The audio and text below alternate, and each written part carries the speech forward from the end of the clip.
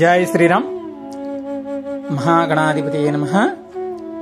వినాయక చవితి ఈ సంవత్సరము విశ్వావసునామ సంవత్సర భాద్రపద మాస శుద్ధ చవితిన 27వ తేదీన బుధవారం ఉదయం నుండి మనకు సాయంత్రం వరకు వ్రత పూజ వినాయక విగ్రహ ప్రతిష్టలు చేయడానికి మనకు శుభప్రదంగా ఉంది. అలాగే సెప్టెంబర్ 7వ తేదీన సంపూర్ణ చంద్రగ్రహణం ఉంది కాబట్టి ప్రతి సంవత్సరం లాగా ఈ సంవత్సరము వినాయక నవరాత్రులు 21 రోజులు 27 రోజులు 13 రోజులు నవరాత్రులు చేస్తామంటే ఈ సంవత్సరం జరపకూడదు. ఎందుకంటే ఈ సంవత్సరం సెప్టెంబర్ 7వ తేదీన సంపూర్ణ చంద్రగ్రహణం ఉంది కాబట్టి నవరాత్రులు 9 రోజులే చేయాలి కదా.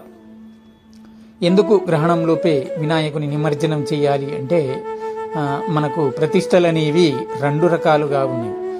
ఒకటవది చర, రెండవది స్థిర అన్నమాట. మొదటిది చూద్దాం మనం.